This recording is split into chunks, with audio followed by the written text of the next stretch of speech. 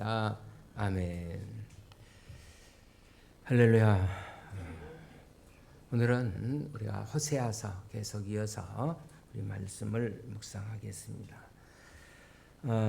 농부들에게 한 해 농사를 지은 곡식을 거둬들이고 가족들이 함께 모여 혹은 마을 사람들과 함께 모여 마을 사람들이 즐거움을 나누는 1년 중 가장 아름다운 시간입니다.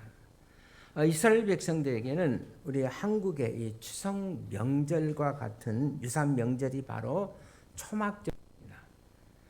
이스라엘 달력을 보면 10월 2일부터 시작해서 10월 10일까지 바로 이 시간이 초막절 혹은 우리가 스코트라고 그렇게 얘기하죠. 스코트라는 명절입니다. 대부분 성경의 역사를 좀 아신 분은 성지순례를 갈 때 이 초막절을 중심으로 이스라엘을 많이 방문합니다. 이 초막절 스코트라는 명절을 중심으로 이제 그때 많은 이제 행사가 진행이 되는데, 그런데 이스라엘에도 이제 코로나 사태로 모든 축제들이 한 2년간 다 유보되었다고 합니다. 자, 사람이 농사는 우리와 조금 달라서 작물에 따라 추수기가 약간 달라요. 보통 밀가부리는 4, 5, 6월까지, 그리고 포도수확은 8월이나 9월까지, 그리고 제일 중요한 올리브 열매 수확은 9월 중심부터 11월 중순까지, 그때가 절정기의 수확의 계절이라고 합니다. 그 후에 잠시 휴식 시기를 지나서 다음에 이제 추수를 위한 파송 준비에 들어갑니다. 하지만은 농사짓는 농부들에게는 이때가 가장 걱정을 많이 해야 할 시기입니다. 그것은 밭을 갈고 흙덩이를 이렇게 들여서 씨앗을 뿌려 다음 추수를 대비해야 되기 때문에 그렇습니다.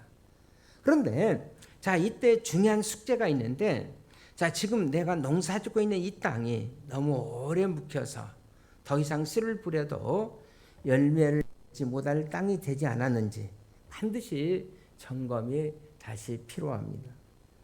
성경에도 보면 묵은 땅을 열매 맺지 못할 우리들의 마음의 상태로 비유하기도 했습니다.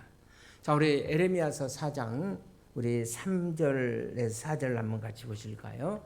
자, 한번 같이 보십시다. 시작. 여호와께서 유다와 예루살렘에 이와 같이 이르노라. 너희 묵은 땅을 갈고 가시던 불에 파종하지 말라. 4절. 유대인과 예루살렘 주민들아, 너희는 스스로 할례를 향하여 너의 망 가죽을 베고 나 여호와께 속하라. 네. 여기 단순한 땅의 기경이 아니라 지금 이 말씀은 우리의 마음의 기경을 지금 의미하고 있는 말씀이에요. 자, 우리 마음이 말씀의 씨를 뿌려도 열매 맺지 못할 묵은 땅이 될 수가 있다는 겁니다. 우리가 하나님 말씀을 들어도 그 말씀을 제대로 수용하지 못하고 반응하지 못하는 그런 땅이 될 수가 있다는 겁니다. 그래서 잘 아는 마태복음 13장에 보면 예수님께서 4가지의 마음의 판 얘기를 하십니다. 그때 가시떨기에 떨어진 씨는 열매를 맺지 못했습니다. 자, 마태복음 13장 22절을 우리 같이 한번 보실까요? 시작. 가시떨기에 뿌렸다는 것은 말씀을 들으나 세상의 염려와 재물의 유혹에 말씀이 막혀 결실하지 못하는 자요. 그랬습니다. 자, 그렇습니다. 또 오늘 본문 호세아 여러분 10장 12절을 한번 같이 보실까요? 시작.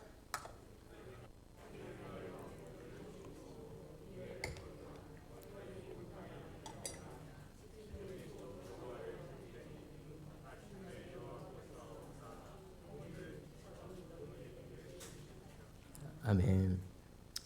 자, 오늘 계속해서 우리가 같이 봉독했던 이 말씀에 보면, 자, 묵은 땅을 지금 어떻게 하라고 그랬어요? 기경하라 그랬어요. 너희 묵은 땅을 기경하라. 지금 곧 여호와를 찾을 때니 마침내 여호와께서 공의를 빛처럼 너희에게 나타내시리라. 자, 우리는 지금 코로나 시대에 이 코로나의 계절을 지나고 있는데, 저는 이때야말로 우리 목장교회 성도님들이 우리의 마음에 묵은 땅을 저는 기경해야 될 때라고 그렇게 믿습니다. 자, 그렇다면 자, 오늘 본문 호세아 10장에서 호세아 선지자가 기경을 명하고 있는 우리의 마음의 밭.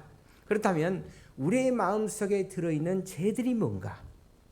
자, 우리의 마음속에 우리가 기경해야 할 죄들이 뭔가를 통해서 오늘 호세아 선지자가 주신 말씀을 통해서 같이 나누고자 합니다.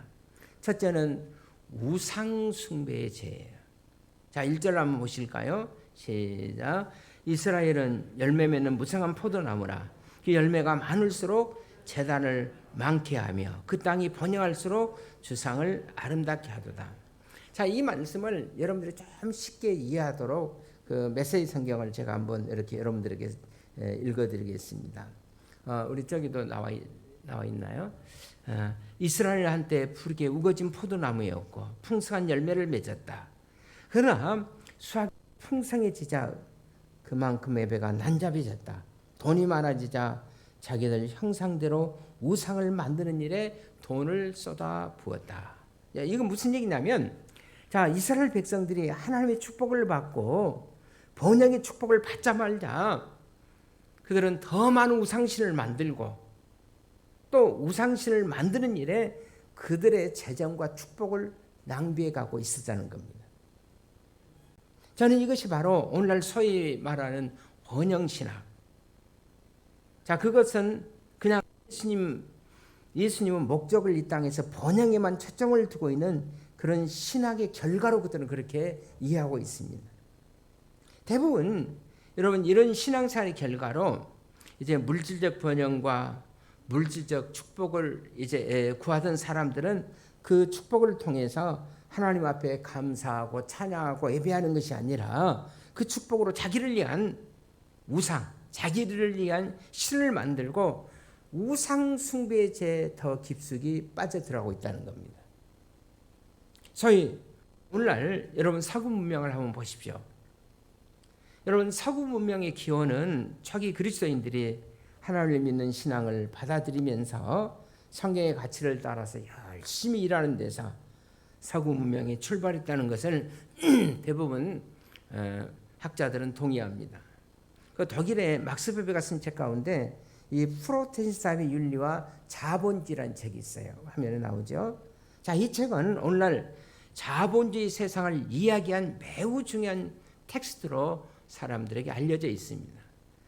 막스 베베는 이 책에서 종교개혁 이후에 서구 세계 그리고 서구 문명의 발전이 기독 개신교 신앙 개신교 윤리에 뿌리 닫고 있다, 그렇게 지적합니다. 그 이유는 성경이 가르친 대로 일은 소명이다, 그리고 일은 직업이다. 이것을 깨닫고 열심히 정직하게 일함으로써 생산물을 축적하여 문화를 누리게 된 것이 오늘날의 자본주의의 원동력이 되었다. 막스 베베는 그렇게 얘기합니다. 그래서 특별히 16세기, 17세기, 18세기에 거쳐서 네덜란드 혹은 영국 그리고 프랑스 일부, 미국에서 이런 현상들이 두드러기 이제 나타나게 됩니다.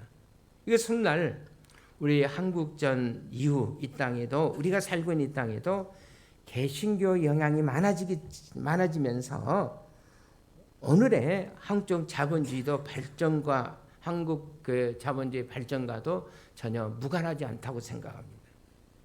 그런데 흥미로운 것이 있습니다. 이렇게 개신교 신앙의 영향을 받은 나라들이 자, 신앙으로 근면하게 일한 결과 비교적 잘 살게 되었는데, 잘 산 다음에는 그들이 잘 살게 된 원인이 어떤 이제 역설적으로 하나님을 떠나기 시작, 신앙을 떠나기 시작한 거예요. 여러분 생각해 보십시오. 여러분 최근 사회 한국 교인들의 신앙이 가장 뜨거웠을 때가, 가장 열매를 많이 맺었을 때가 언제라고 생각되어집니까? 아마도 6.25 동란 직후 아마 10년에서 15년이 지난 그때가 아니었나 그렇게 생각합니다. 그때 정말 기도 많이 했어요.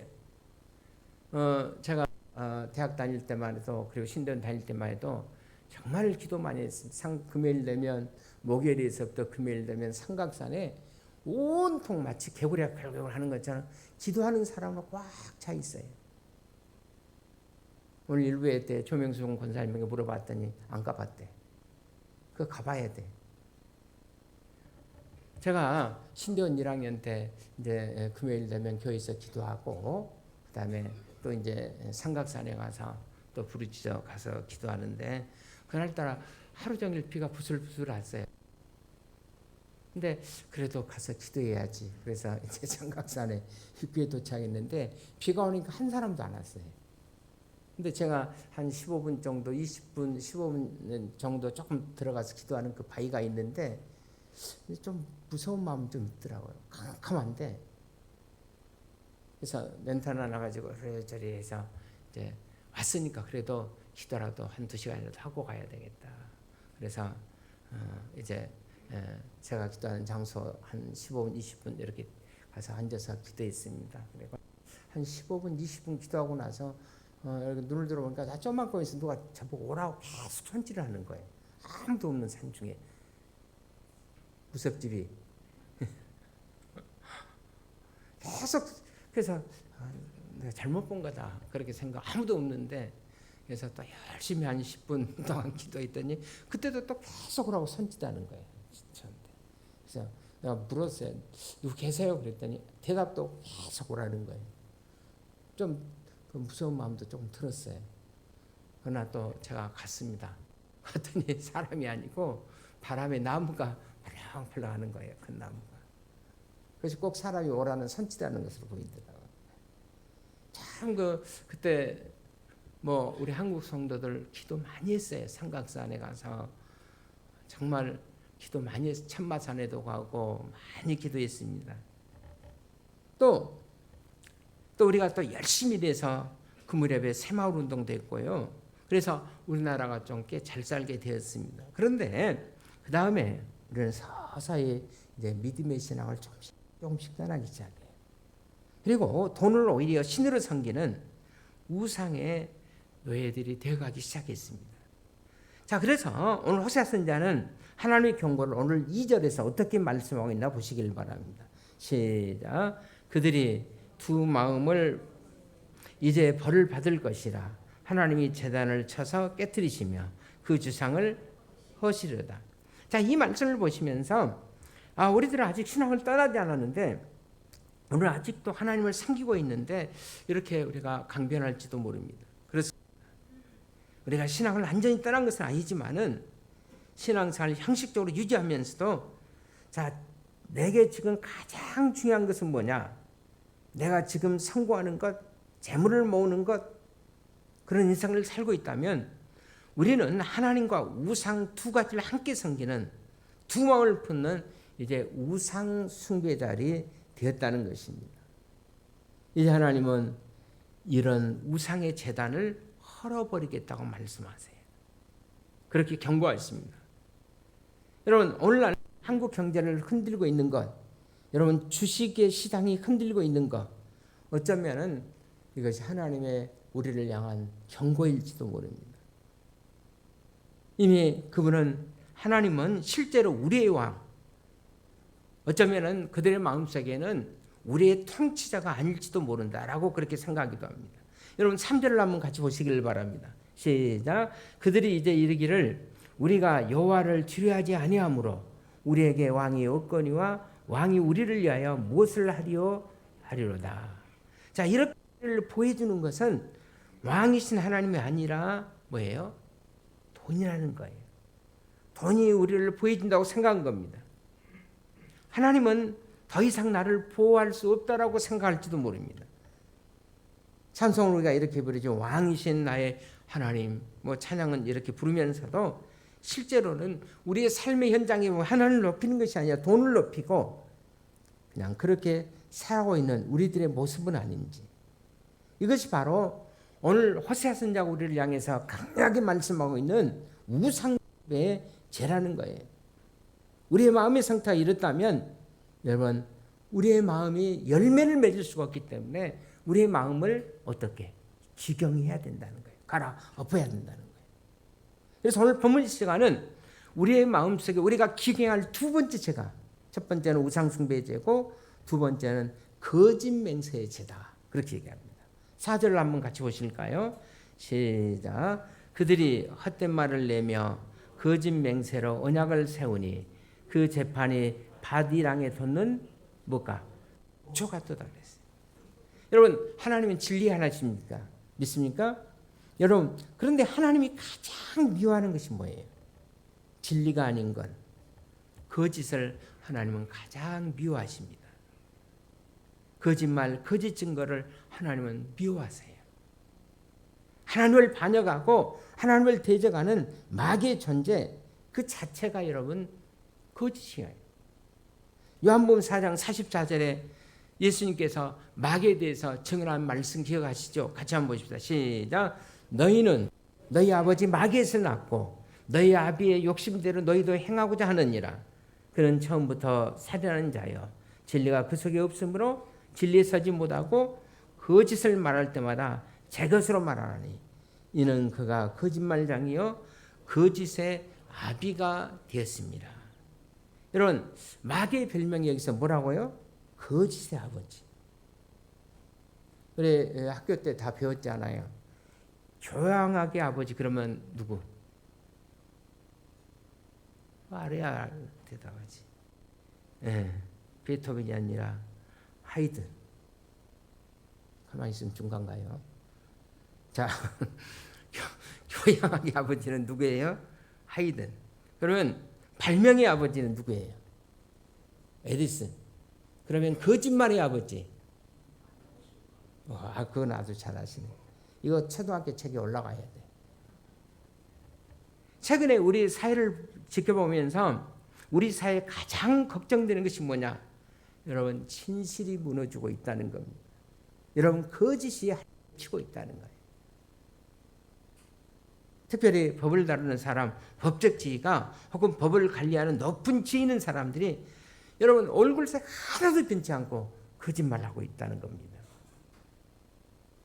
여러분, 한 나라의 법정이 신뢰받을 수 없다면, 법을 집행하는 사람을 우리가 믿을 수 없다면 그 사회의 공의는 이미 무너지는 거예요.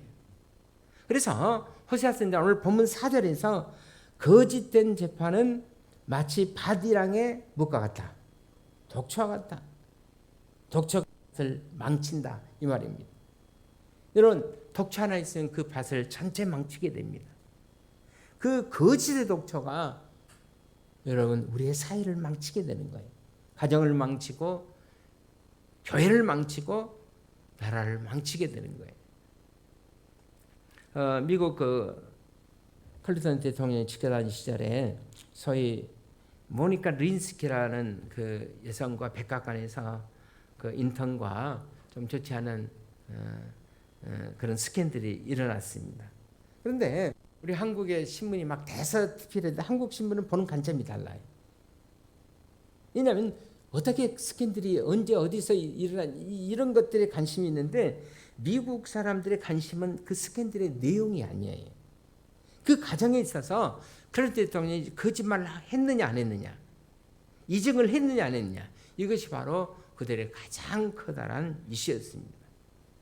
그래서 클린턴 대통령이 나중에 코너에 몰려 국민을 향한 고백 연설을 하면서 자기가 도덕적으로 실수한 것은 사실이지만 이 사건에 대해서는 이증한 일이 없고 모니카 린스키에도 이증하라고 자기가 요구한 일이 없었다. 그래서 그는 그 사건에서 빠져나왔어요. 그러니까 기독교 문화권과 비기독교 문화권의 보는 관점이 문화적 차이가 달라요. 한국이나 동양권에서는 거짓말이 큰 뉴스가 별로 안 됩니다. 거짓말해도 그냥 별거 아닌 것처럼 하고 지나가 버려요. 그러나 성경적 기독교의 영향을 받는 서구권에서는 이것이 굉장히 큰 문제입니다.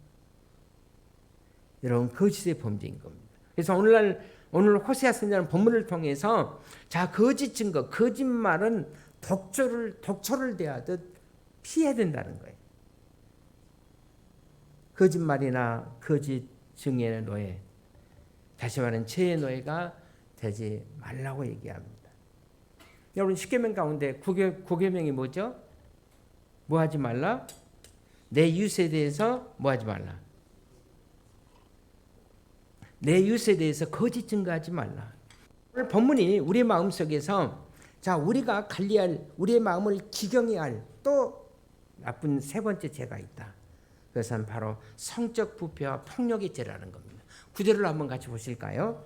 구절을 한번 같이 보십시다. 시작. 이스라엘아, 내가 기브의 시대로 더 범죄하였더니 지금까지 죄를 짓는구나. 그러니 범죄한 자손들에 대한 전쟁이 어찌 기브아에서 일어나지 않겠느냐. 이거를 그 메시지 성경으로 쉽게 한번 제가 설명해 드리겠습니다. 자, 너희 죄는 기브아에서 시작이 되었다. 오래전 차마 임해에 답을 수 없는 충격적인 죄. 너는 계속 그 죄를 기브아에서 고집해 왔지만 이제 기브아에서 그 끝을 볼 것이다. 이런 얘기예요. 그러니까 도대체 무슨 얘기냐면 사사기 여러분들이 구약 19장과 20장에 보면 성적 타락과 그 다음에 살인적 폭력이 지배했던 장소, 그것이 바로 기브아라는 장소였어요. 거기에서 기상천외한 사건들이 윤리적인 타락이 계속 진행되고 있었습니다. 어느 날 네인한 사람이 예루살렘에서 한 10km 떨어진 기브아에 가서 해가 저물자 한 노인의 집에 유숙하려고 들어갑니다.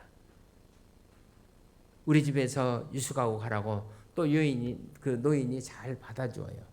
그런데 그 집에 들어가자마자 동네 불량배들이 때를 지어서 몰려와서 이제 협박을 합니다.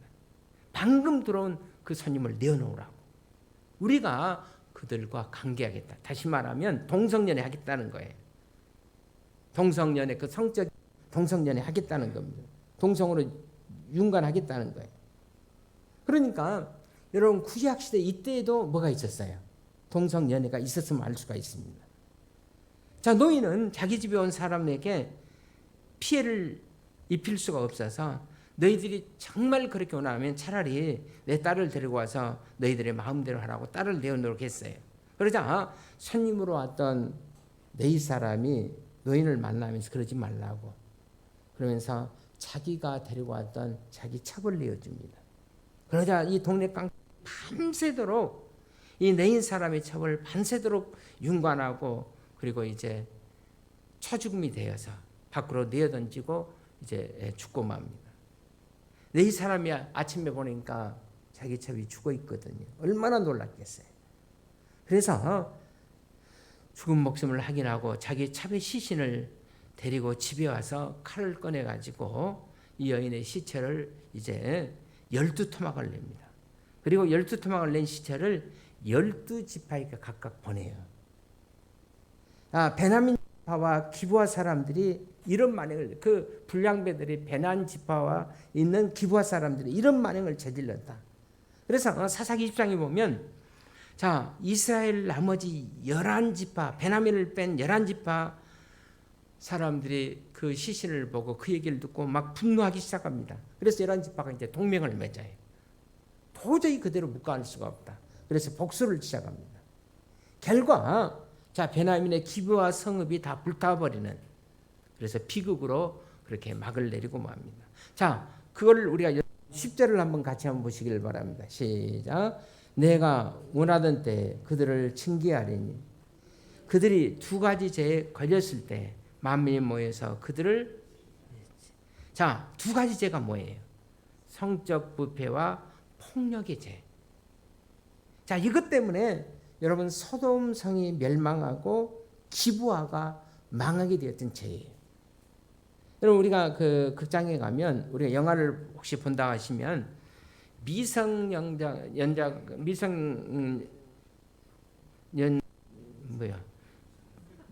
하여튼 소년들이 봐서 안 되는 19금 영화가 있어. 그렇죠? 그 기준이 뭔지 아세요? 미성년자들이 보아서는 안 될 19금 영화, 그 판단 기준이 어딘 줄 아십니까? 성적 묘사의 정도가 얼마나 노골적인가. 또 두 번째는 폭력 정도가 얼마나 심각한가. 이런 기준으로서 이제 19금 영화, 다시 말하는 청소년들이 보아서는 안 될 영화로 이렇게 이제 정해 놓습니다. 이런 기준일 때 여러분 우리 사회가 안전하다고 여러분 생각되십니까? 아니면 우리 사회가 얼마나 위험한 사회, 다시 말하면 성적 부패를 즐기는 사회, 인간의 목숨이 지켜지지 못하고 폭력 앞에 완전히 노출되는 사회, 지금도 우리 사회 안전도를 우리 한번 점검해 봐야 된다고 생각합니다. 기독교가 소위 작년에 올해도 마찬가지입니다만은 국회 일각에서 제시되고 있는 포괄적 차별금지법, 우리가 얼마나 많이 여러분, 차별금지법은 굉장히 좋은 거예요. 그런데 그 안에 들어가 보면 독소조항이 들어있어요. 동성연애하는 거 차별하지 말라는 거예요. 그런 내용들이 들어가 있어요. 그러니까 그 법이 통과되고 나면, 예를 들면 통과되고 나면 예를 들어서 어떤 청년이 자기 결혼하겠다고 남자 청년을 데려와서 추리를 해달라고 합니다. 그러면 예를 들어서 내가 동성연애이기 때문에 추리 못한다 하면 고발당하게 돼 있어요. 목사도 고발당하게 돼 있어요. 왜냐하면 차별했다는 거예요. 그래서 동성연애할지 이런 것들이 차별법 안에 그대로 들어가 있어요. 그래서 사실은 문재인 정부 때 정말 그걸 통과시키려고 얼마나 많이 국회에서 했는지 몰라요. 그래도 우리 기독교인들이 가서 결사적으로 가서 막았습니다. 이번에 문재인 정권 윤석열 이제 정권이 들어서면 분명히 약속해 자기는 그거 안 하겠다. 윤리에 반하는 그런 것을 안 하겠다 하니까 우리가 이제 지켜봐야 됩니다. 그러나 사실은 이걸 세계적인 추세라고 해서 국회의원들 거의 가만수 이상의 그 지지하고 있어요. 근데 나는 그분들이 가면 물어보고 싶어요. 아들이 하나밖에 없는데 어느 날 아들이 어떤 시커먼 친구 같은 데리고 와서 여러분 결혼한다면 과연 그것을 허락해 주겠는가? 동성의 결혼을 허락해 주겠는가? 저는 거의 99% 아마 허락하지 않을 거라고 생각합니다. 죄가 들어있는 거, 그래서 우리 기독교인들이 적극적으로 반대한 거예요. 그렇게 되면 이 나라는 미래가 없기 때문에 그래서 반대한 것입니다. 1년 전 그 백령도 공무원이 이북에서 무참하게 살해됐잖아요. 근데 우리나라도 한마디도 못했잖아요. 왜냐하면 남북 화해라는 이름으로 살인과 이런 살인과 폭력을 그냥 적당히 넘어가는 사회. 여러분, 이것이 바로 우려할 만한 저는 사회라고 생각합니다. 성적 부패와 폭력을 용납한 사회나 국가는 여러분 그 나라에 대해서는 건강한 미래를 기대할 수가 없습니다. 이제 결론적으로 다시 여러분들이 12절에 있는 말씀을 보시기를 바랍니다. 시작. 너희가 자기를 위하여 공의를 심고 인애를 거두라. 너희 묵은 땅을 기경하라. 지금이 곧 여호와를 찾을 때니 마침내 여호와께서 오사 공의를 비처럼 너희에게 내리시리라. 그렇습니다. 우리가 오늘의 불의, 오늘의 부패, 오늘의 타락에 흥분하지 못한다면 우리의 마음은 이미 묵은 땅에 되어본 거예요. 이제 우리의 마음에 묵은 땅을 깨트리고 이제 갈아엎어야 할 때입니다. 그렇다면 우리가 이제 철저하게 회개하고 철저하게 돌이키셔야 돼요. 그리고 다시 하나님의 사랑이 우리의 마음에 임해서 우리의 마음이 이제 지경되어져서 부드러워져야 돼요. 그렇습니다. 지금말로 우리의 마음 부드러워진 그 마음에 하나님의 공의의 씨앗을 심고 12절에 얘기한 대로 인애의 사랑을 씨앗을 심어야 될 때라고 믿습니다. 그리고 성령의 피가 우리의 마음속에 쪄서 공의의 비가 이 땅을 다시 적셔야 합니다. 그리고 인애와 사랑의 단비가 우리의 삶 속에 내려져야 합니다. 그러면 우리가 살고 있는 이 땅은 여러분 춤추면서 지경이 될 거예요. 새 역사를 잉태하는 땅이 될 겁니다. 다시 열매 맺는 땅이 될 겁니다. 여러분이 우상 숭배의 죄로 묵은 땅이 된 우리의 마음, 거짓말의 죄로 묵은 땅이 되는 우리의 마음, 우리의 마음에서 우상 숭배의 죄를, 거짓 증거의 죄를, 그리고 성적 부패와 폭력, 그리고 그 참혹한 모습을 즐기는 죄악들을 시켜달라고 기도하셔야 합니다. 하나님, 우리의 마음을 기경시켜 주시옵소서. 이것이 바로 여러분과 저의 기도의 제목이 될 수 있다면 그래서 우리는 새로운 내일의 희망을 말할 수가 있을 겁니다. 우리의 마음들이 기경되어지는 우리 성도님들이 될 수 있기를 주의 이름으로 축원을 드립니다. 기도하겠습니다.